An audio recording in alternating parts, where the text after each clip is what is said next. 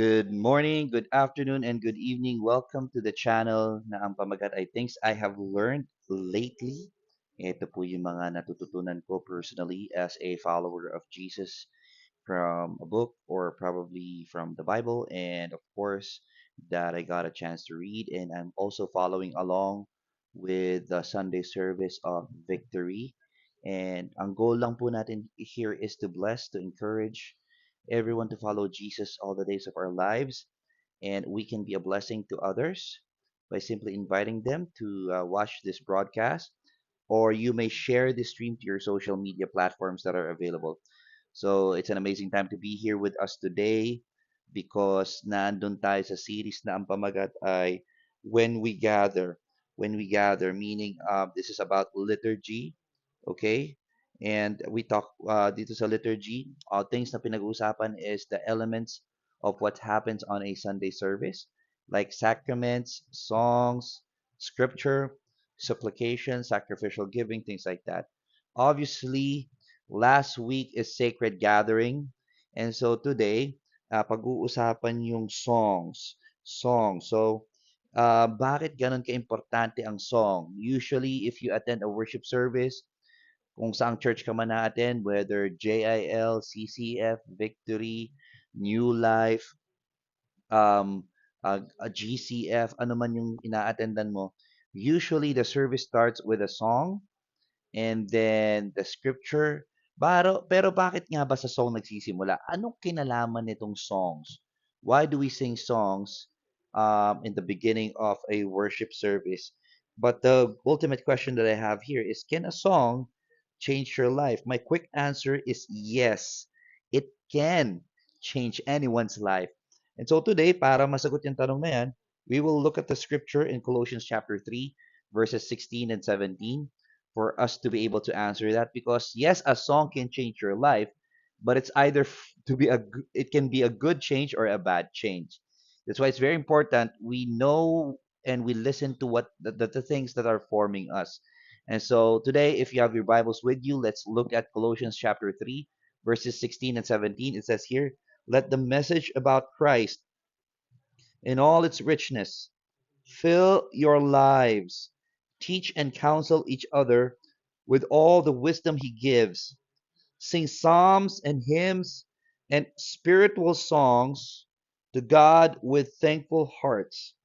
And whatever you do or say, do it as a representative of the Lord Jesus, giving thanks through him to God the Father.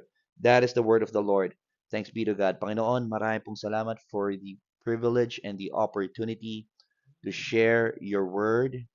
Thank you, Lord God, for just giving us the wisdom that we need for these people who are listening or watching the stream right now, to be able to minister to them your word. I pray, Lord God, that this word will not return void nor return empty into each and every heart that is available, whatever time slot that they are watching this. So, God, today I pray that you are going to speak. You are going to speak through the scriptures. In Jesus' name we pray. Amen. Amen.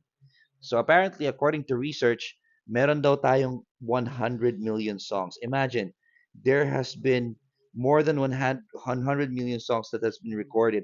Iba-iba yan from Hollywood singers, from Grammy Award artists, from Tagalog, OPM ba yan, JPM, KPM, K-pop ba yan.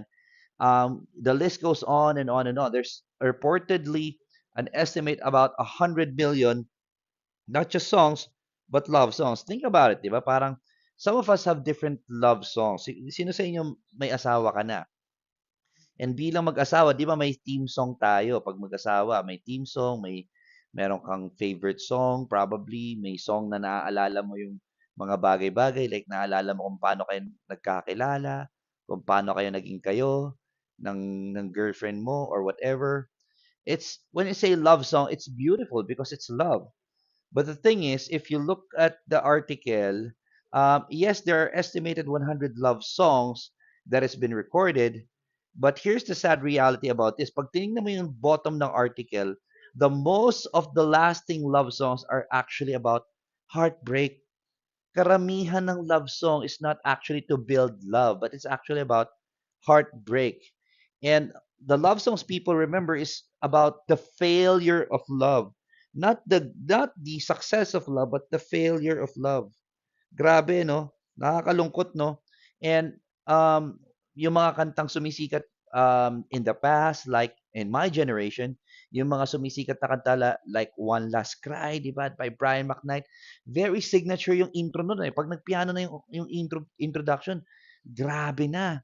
Maririnig mo na parang, uy, One Last Cry yan, di ba? Si Jimmy Bondoc, di ba? Sumisikat siya ngayon bilang attorney. Okay? Pero noong unang panahon, sikat siya dahil sa kanta niyang Let Me Be the One to Break It Up, na halos team song to na lahat na nag-break up. Nung kausuhan ng mga acoustic moments in the early days, there's a song called The Art of Letting Go, and even there was, ewan ko nanonood pa kayo dati ng Mix, 'di ba? No Mix Your Choice, Your Music, 'di ba? It's a music video channel, parang ano 'yan, parang MTV. Okay? So, meron siyang sikat na kanta, Sinaktan Mo Ang Puso Ko, Sinaksak Mo ng Kutsilyo, Binuhusan Mo ng Asido. 'Di ba? Grabe, 'di ba? Sobrang, if you listen to the entire song of Michael V, it talks about the pain of heartbreak, the pain of heartache, the pain of losing a loved one. And honestly, kung ano-ano natututunan natin sa mga kanta, and the songs that are actually being remembered and being recognized is heartbreak songs, painful song. And it shapes us. It molds us. You know? And even Harvard, yung school na pinanggalingan ko, the joke lang. Okay? Even Harvard Medicine recognized this. Sabi dito, how music resonates in the brain. Sabi dito, scientists tune in to the brain's emotional response to music. According to this article, music activates the brain, it boosts the mood and motivates, it relieves stress, it enhances memory, and aids physical healing. These are the benefits if you listen to the right music. And into the church, when you go into church, ito yung sabi ng Harvard Medicine, when you go into a church, the music takes over the mental faculties of all the people who are attending. He says, it puts everyone in the same emotional space. In other words, when you sing together in church, it reconnects, it reconvenes, it aligns you to who you are. Imagine the world keeps singing heartbreaking songs, but when you sing songs about Jesus Christ, it's not heartbreaking, but it's heartforming. It's building our hearts. That's why songs is not just an introduction to prepare our hearts for the word. Songs is not just a way to entertain. No, it's not never been a way to entertain, but songs are actually made in every service, not as an accident, but as a way to form and shape our hearts into the image and likeness of Jesus Christ. Kaya today, as we dive into Colossians chapter 3, verses 16 and 17, we're going to unpack the Word of God. And in my understanding, this is what I got from the Word of God from Colossians chapter 3, verses 16 and 17. Sabi dito, receive the Word, remember the gospel, and respond in gratefulness. So right now, we're going to begin with this one, receiving the Word. Colossians chapter 3, verse 16. Anong kinalaman ng songs? Anong kinalaman ng songs sa puso natin? Sabi dito, let the message about Christ in all its richness fill your lives. Fill your lives. Ang goal daw, when we sing songs, hymns, and spiritual melodies, the goal is to fill our lives with what? The message about Jesus Christ and all its richness. Yan ang goal. Here's the problem with songs. Many believers na umatan ng Sunday, they want comfort of worship without the authority of God's word. Honestly, may mga times, 'di ba, may mga favorite tayo, may mga preference tayo pagdating sa music team. May mga preference tayo sa gusto ko 'to, favorite ko 'tong worship leader na 'to. Pag itong worship leader na 'to, kumukulot yung kanta eh. Grabe oh. 'Di ba? Parang okay, gusto ko 'tong song na 'to eh. Ito sana laging ito yung lineup eh. Yung wala namang kinalaman sa Sunday service message yung song. Parang ang layo, 'di ba? Parang some of us we tend to have favorite songs. And pag hindi nakakanta yung favorite songs and it's not sung in the way we want it to be, na-evaluate natin hindi ko style yan eh. 90s kid ako, gusto ko alternative. Naku, ano ba naman yan, church na yan, puro drums. Ano ba naman yan, medyo R&B-ish. Ano mo yun, gusto ko tambourine lang ang music natin eh. Sometimes we get stuck with preference, sometimes we get stuck with style, sometimes with familiarity. Ang daming bagong song ngayon. Ano ba naman yan? Ayoko ng mga ganun. Di naman na bagong buhay ko dyan. And sometimes we base it on emotional impact. But honestly, the songs is not made for us only. It's made to worship God. And as we worship God, as we sing songs to Him, it's filling our lives. That's why the question is hindi kung paano kinanta yung kanta. The question is not kung ano yung melody na ginamit or kung gitara ba to o piano lang ang ginamit. The question is it a message about Christ? Does the song contain the message about Christ? Si Christ ba ang bida sa song na yan o tayo? Importante si Christ ang bida sa song na yan, kapatid. Okay? Kung sa mga pinapakinggan mo, walang masama makinig ka ng mga worship song. Pero ang tanong, si Christ ba ang bida sa worship song na pinapakinggan mo? And when you listen to the song and Christ is the content of your worship song, guess what? It will form our hearts. Look at Colossians chapter 3. Again, verse 16 yung binasa natin eh. Pero nagsimula yan dito. Since then, you have been raised with Christ. Set your hearts on things above where Christ is, seated at the right hand of God. Set your minds on things above. In other words, the Word of God is saying may mga bagay na mareretain. When you sing songs about Jesus Christ, it reminds us of who we are. You are already on the things above. Set your hearts on things above and set your minds on the things above. In other words, kung sino si Kristo, yung identity na tinuro sa inyo ni Kristo. There are things that we should retain when we sing worship songs. Nare-remind tayo na eto nga pala ako. Ito yung dapat yung i-sustain as a person, as a student, as a professional. Ganito pala dapat ako. Dapat mapagmahal ako. Dapat mapagpatawad ako. Dapat a cut above everyone ako. Kung yung ibang tao nag-aaway-away, dapat ako number one magpatawad. Kung yung ibang tao napakadamot, ako dapat generous.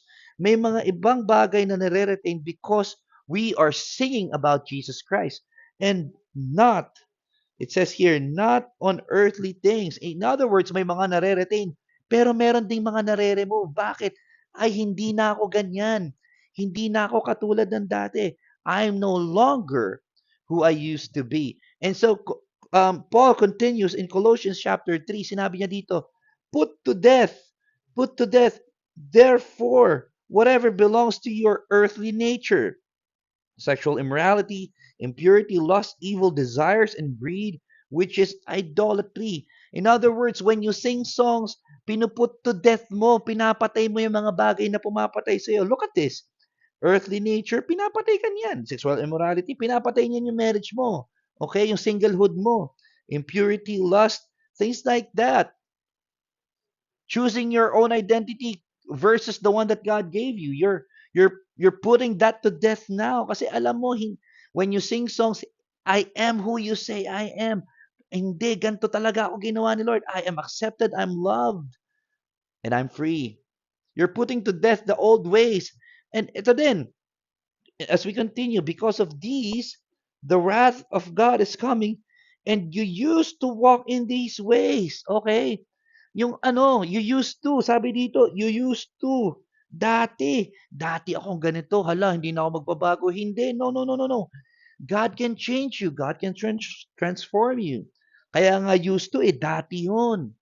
And when you sing songs about Jesus Christ, little by little, the old is becoming gone and the new is coming. You're putting to death and you're removing what you are used to. Sabi dito, but now, today, ngayon, you must also rid yourselves of all such things as these: anger, rage, malice, slander, and filthy language from your lips. In other words, ito ka used to, ngayon tanggalin na to, di na bagay kasi. May mga bagay na hindi na bagay sa'yo. May mga bagay kang sinusuot, luma na, hindi na, lumang trend na yan, ito na yung bagong ikaw. And now, sabi dito sa Colossians 3, verse 9 and 10, do not lie to each other since you have taken off your old self. And sinabi dito, ano sinabi dito? Put on the new self. Put on. The word put on is similar to the way you would wear clothes. 'Di ba? Meron ba kayong ano, nagdadamit ba kayo t-shirt? Ito, sorry, hindi ako magaling mag-drawing. Okay? T-shirt. Pag sinabing put on is parang nagsusuot ka ng damit. Para ka nagdadamit ng maayos. Put on. Ang identity kasi nung unang panahon ay nakabase sa kung anong damit mo.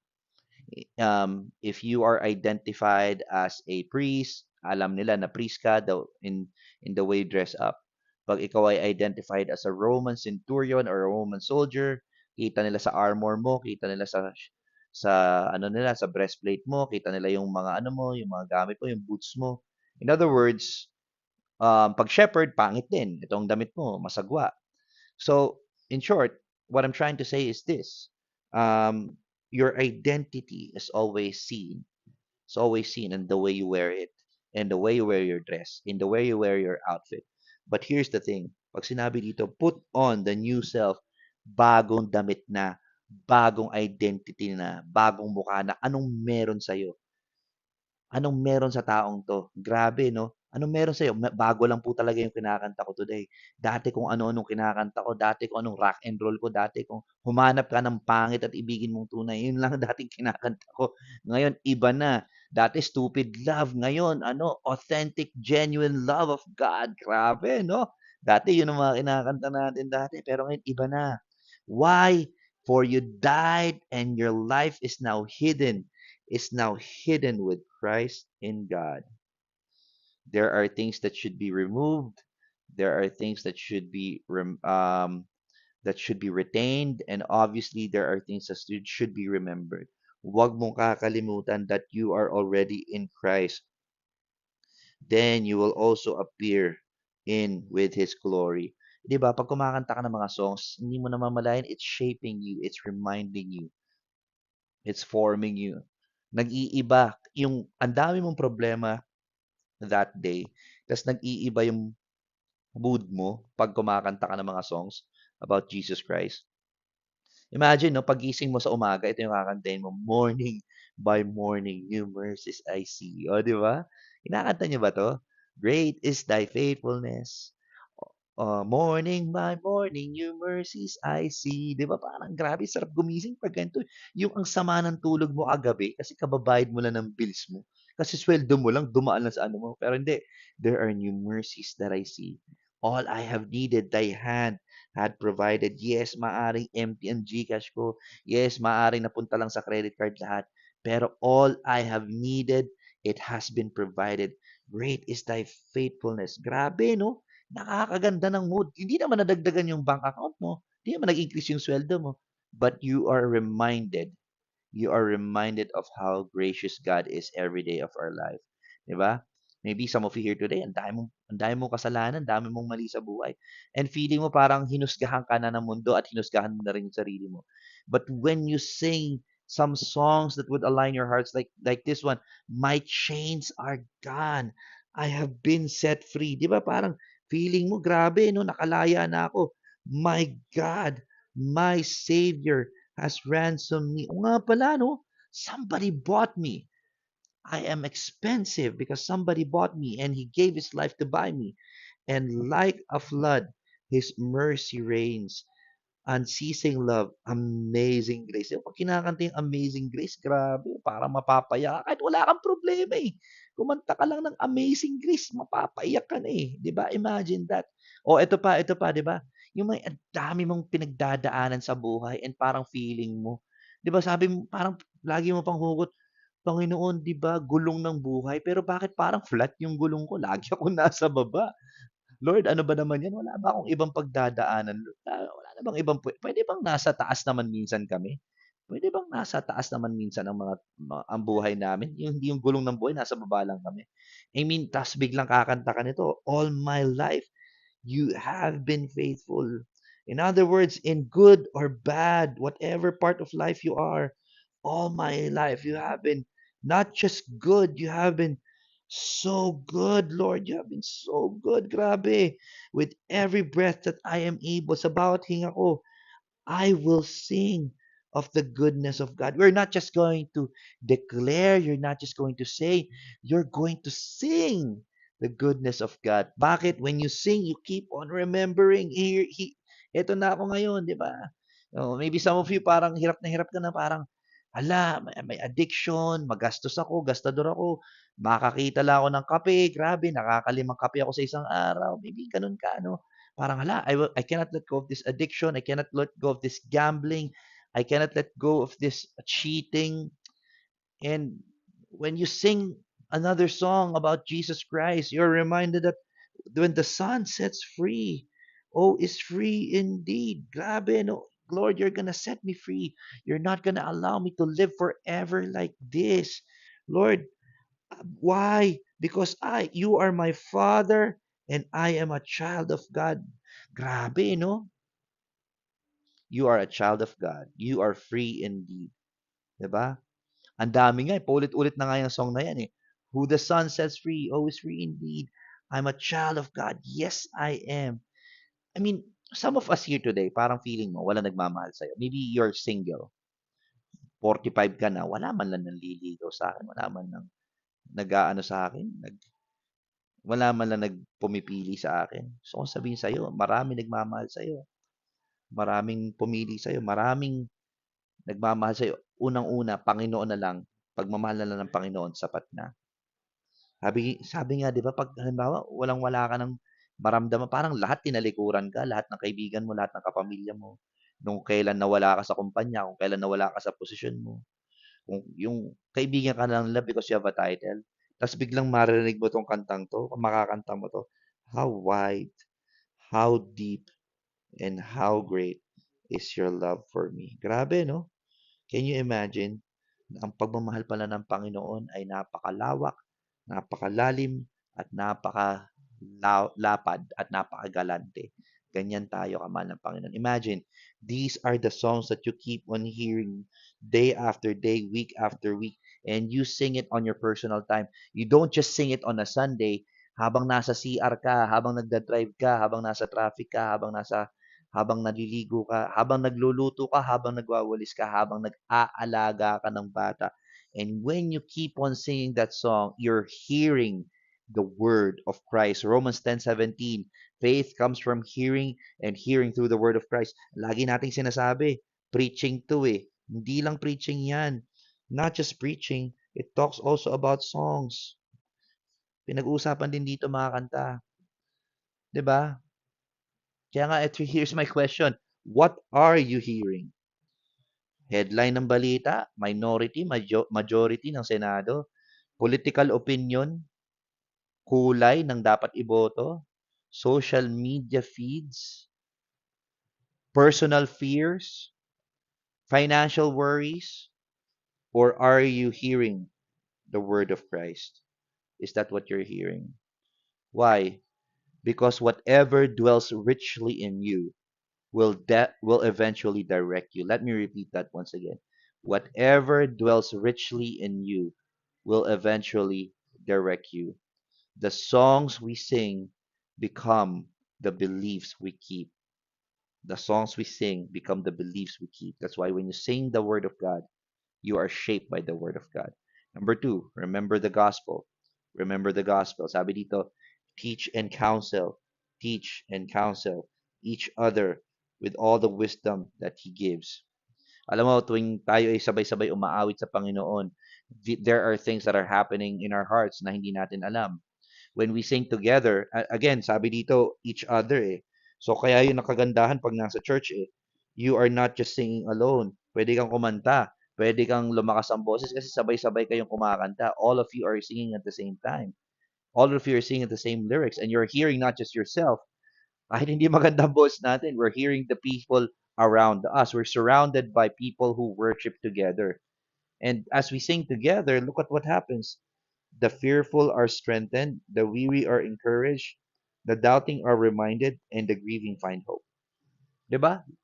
wala naman sigurong kanta na nawalan ka ng ganang kumain. Walang worship song na parang sumama ang lasa mo. Parang ayoko na mag-lunch, Bakit? Kumanta ako ng worship song, eh. Walang gano'n. Every time kumakanta pa, in other words, kumakanta pa lang ikaw, you are already winning the battles in life. Grabe, no? Kaya nga ano, guys, ang worship song sa umpisa ay hindi yan ano, ang worship song sa umpisa hindi yan para yung mga taong na traffic, taong na late ay para umabot ng maayos sa work. Ang purpose, yung worship song sa umpisa, is because umpisa pa lang nape-prepare na yung hearts natin for war. Every Sunday, we are at war and we are fighting the battle already. We are winning the battle already. I mean, guys, for the lack of time, there are so many, so many in the scripture. Worship pa lang nananalo na sila. Worship pa lang, tagumpay na sila. Kaya nga singing is not the break between the preaching. It's part of the preaching. Kaya, huy, kung ikaw nakikinig ka nito, huwag kang malilate. Okay? Huwag kang malate. Ang traffic Ang hirap mag-park di agahan mo. Huwag kang malate because it's not just the word, it's not just the preacher that you came there. It's actually God. And part of that is the worship. Singing is not just an episode, it's not just a segment. Okay? Singing is part of the word itself. Grabe. Sobrang halaga ng word. It reminds us of very important things. Pinapaalala niya sa atin ang mga importanteng bagay. I mean, even Moses, look at Moses here, okay? Okay, Deuteronomy 31. Ito si Moses. Alam niya na pupuntang promised land. Pupunta ng promised land. Okay? Yung mga tao, pupunta ng promised land sila and alam ng Panginoon na some of the parts of the promised land will not help them but would hurt them. And the reason why God wants Moses to write a song is to remind them para hindi sila makalimot na ang Panginoon ang nagdala sa kanila sa promised land. Look at Moses here. So write this song and teach it to the Israelites. Teach them to sing this song. Then the song will be a witness for me against the Israelites. I will take them into the land that I promised to give to their ancestors, a land, a land filled with many good things. Good things, hindi bad things, and they will have all they want to eat. They will have, look at this, they will have a rich life. But, in lang, nako, ang ganda na sana ng scripture. Kaso may but then they will turn to other gods and serve them. Eto na. Yung umasenso na wala kay Lord. Nung nagka-jowa na wala kay Lord. Nung nag-a-apply ng trabaho, talagang luhod-luhod kay Lord. Pero nung tinanggap sa trabaho, kinalimutan si Lord. Ganon yung nangyari dito. Yumaman na ako. Di na kita kailangan, God. Then, they will turn away from me and break my agreement. Then many terrible things will happen to them. They will have many troubles. Ito na. Ito nangyari pag nakalimot. At the time, their descendants will still know this song, and it will show them how wrong they are. I have not yet taken them. Look at this, into the land I promised to give them, but I already know what they're planning to do there. So, anong ginawa ni Moses? Para kahit papaano maiwasan ang kanilang failure. So, the same day, Moses wrote down the song and took it to the Israelites. Why? Because songs stick into our minds. Songs stick into our hearts. Imagine, no, alam na ni God na sasablay sila after being in the promised land. The purpose of the song is to remember na si Lord ang nagdala sa inyo dyan. Kayo naman, kung sino-sinong wini-worship nyo. At pag kinanta nyo tong song na to, maaalala nyo bumalik kay Lord. Here's the problem sometimes when things are okay, we forget who God is. Dati-rati, kung mag-worship ka sa Panginoon, grabe-grabe. Dati-rati, nakakalimang kanta ka per day nung walang-wala kang problema. Nung dami mong problema pala, rather. Ngayon, wala kang problema. Ngayon, parang, Lord, who you? Hinuhuyo mo na si Lord ngayon. Nagpapalate-palate ka na. Hindi, tagal ko ng Christian 20 years na. Wow. As if our our longevity has something to do with our spiritual pedigree. Hello. 'di ba? Guys, singing songs remind us of the gospel na kung ano man ang meron tayo today, the good news, it's because of the good news. The good news about Jesus Christ. It reminds us na wala tayo noon at kundi sa Panginoong Jesus. Alam mo yon, wala tayo kung nasaan man tayo ngayon kundi dahil sa Panginoong Jesus. Tayo mga Pilipino, alam natin yan. Mahilig tayong kumanta, di ba? All of us Filipinos, we love to sing. As a matter of fact, it's not an accident that we love to sing. Singing, okay? Singing is also part of praying. As sabi ni Bishop Manny Carlos of Victory, yun yung attitude natin bilang Pilipino. Okay? Bilang Pilipino, tayo daw ay maano kumanta. And hindi natin namamalayan that while we sing, we are actually learning, and at the same time, we're actually remembering, and on top of that, we're also praying. Augustine, sinigundahan ni Agustin yan, mga kapatid. He who sings prays twice. Kaya friends, let me encourage you here today. Don't stop singing. Alam ko minsan may kapitbahay ka na ayaw na marinig ang boses mo. Okay? May kapitbahay ka na hindi na trip yung yung mga songs mo. Ano ba naman 'yan? Ano ba naman 'yan? Yung kapitbahay ko puro worship song. Okay lang. He who sings prays twice. Okay? Many believers can testify. Alam mo, ako pag umuuwi ako galing church, hindi ko naman naaalala lagi ang sinasabi ni pastor, eh. May ilan-ilan lang, pasensya na po, Pastor Jared, pasensya ka na. May ilan-ilan lang naaalala ko sa preaching. Pero here in reality, sa totoo lang, I don't remember the entire sermon, but what I do remember is the song that was sung at that time. The song sticks to us, 'di ba? Kahit alam mo 'yun, ano man mangyari, hindi mo naman babalikan yung podcast, eh. Ito, makakalimutan mo 'to. Hindi mo babalikan 'tong preaching na 'to. Makikinig ka ng worship song, and whenever you listen to that, you will be reminded about the truth about God, the promise of God, and the reminder of the grace that sustains us. Kaya hetong sasabihin ko sa inyo, as at the end of the day, when we sing songs, we should respond in gratefulness. Tayo tumugon ng may pasasalamat. Okay? Colossians 3:16 and 17. Sing psalms and hymns and spiritual songs to God with thankful hearts. Okay? Whatever you do or say, do it as a representative of the Lord Jesus Christ, giving thanks through Him to God the Father. Grabe, no? Ang dami mong pwedeng ipagpasalamat sa Panginoon kahit hindi nagiging maganda minsan ang buhay. Tama ba? Psalm 130, one of the famous part of the scripture.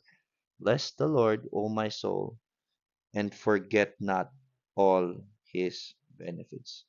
'Di ba? Sino sa inyo, bigla ka na lang nagpambayad ng tuition fee para sa anak mo? Sino sa inyo, biglang nakauwi si mister kahit na walang pambayad talaga ng pamasahe? Napaaga yung Pasko mo, 'di ba? Sino sa inyo, 'di ba, grateful ka na may mga tao sa paligid mo na pinagpe-pray ka, 'di ba? I mean, yung kahit walang-wala kayo today pero puno ang ref nyo, there are so many things to be grateful to God. Pumunta ka ng mall, pumunta ka ng SM, wala ka talaga maparkingan yung isa. And pagdating mo doon, biglang paglingon mo na lang, yung pinakamagandang parking slot pa yung nakuha mo. Friends, let me encourage you here today. There's always a reason to thank God. Bless the Lord, O my soul, and forget not all His benefits. Imagine the writer of Psalms, sa dami ng pwede mong sabihin, ang dami mong pwedeng ipagpasalamat din sa Panginoon. 'Di ba? And some of you here today, you came to church, you went to church with anxiousness, with financial pressure, relationship struggles, yung iba sa inyo, hindi maintindihan. Uuwi pa ba si mister? Health concerns, maybe some of you here today, you're battling life-threatening disease, or you are just disappointed with the things that is happening around you. You know what? Paul is not encouraging us to ignore the realities of life. He's reminding us that in every circumstances is not the ultimate reality. Christ is the ultimate reality. Kaya worship God through songs. Okay? What fills our worship will eventually form our lives. Therefore, let the word of Christ dwell richly among us. Let me pray for you. Father, in the name of Jesus Christ, may mga favorite songs po kami, may mga not so favorite, but it doesn't matter what it is as long as nahuhulma po kami sa bawat awitin kinakanta namin. Panalangin po namin, Panginoon, is that na-honor ka po namin. Not because of the tune, not because of the way we sang the song, but simply because you're looking into our hearts. Sinabi mo sa isang Samaritan woman that we are able to worship you in spirit and in truth. And so God, tulungan mo kami na tuwing kumakanta kami, hulmahin mo kami into your image and into your likeness. Thank you, Lord God, that you are forming us and transforming us into the image and likeness of your Son. Every time a-attend po kami, Lord, pasensya na po kung may times hinahanap namin yung favorite song namin. Pasensya na po kung may mga times na yung mga nahuhusgahan namin yung mga tumutugtog. Lord, today we just want to fix our eyes on you because ikaw naman talagang audience namin. Hindi kami nagpapasikat sa ibang tao. Hindi kami nakikipagpagalingan. We just want to honor your beautiful name. In Jesus' name we pray. Amen. That is what I have learned lately, and I hope that's what you have learned too. God bless you all, and see you all also next week. God bless you.